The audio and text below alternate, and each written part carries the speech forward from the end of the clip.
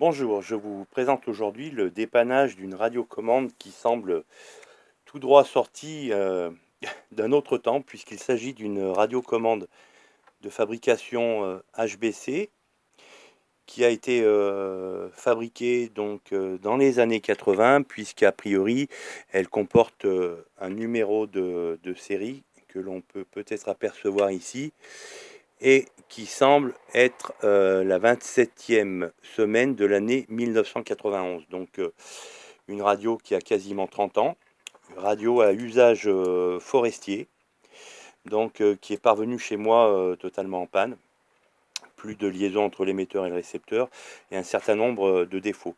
Donc cette radiocommande à usage forestier a bien entendu un potentiomètre qui permet de régler à distance le régime du moteur du tracteur forestier.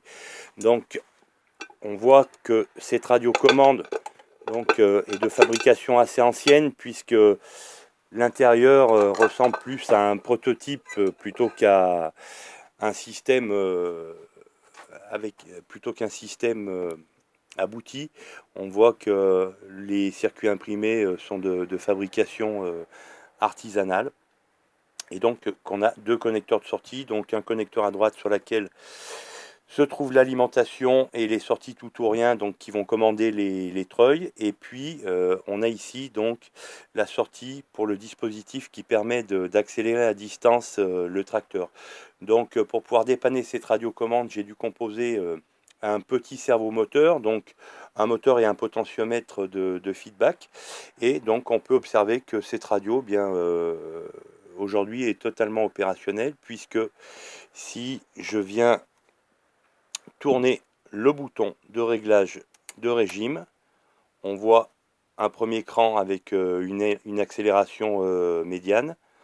On peut accélérer un petit peu plus, encore jusqu'au maximum. Voilà. On peut réduire donc ensuite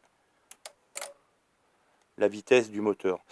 On a sur la droite de cet émetteur donc un interrupteur qui permet de libérer le frein d'un treuil, de libérer donc de façon permanente ou de façon momentanée. Et puis on a de l'autre côté le bouton qui permet de tirer, donc d'actionner le treuil. On a ensuite de l'autre côté un bouton marqué effacer, mais dont je ne connais pas l'utilisation. Et puis on va avoir un bouton qui permet de faire klaxonner le tracteur à distance. Voilà, le bouton marche-arrêt d'alimentation, et bien entendu donc tous les relais de sortie qui permettent de piloter un klaxon, de piloter le régime moteur gaz plus gaz moins, et les deux treuils donc avec la libération du frein et la fonction qui permet donc de tirer. Voilà, merci et à bientôt.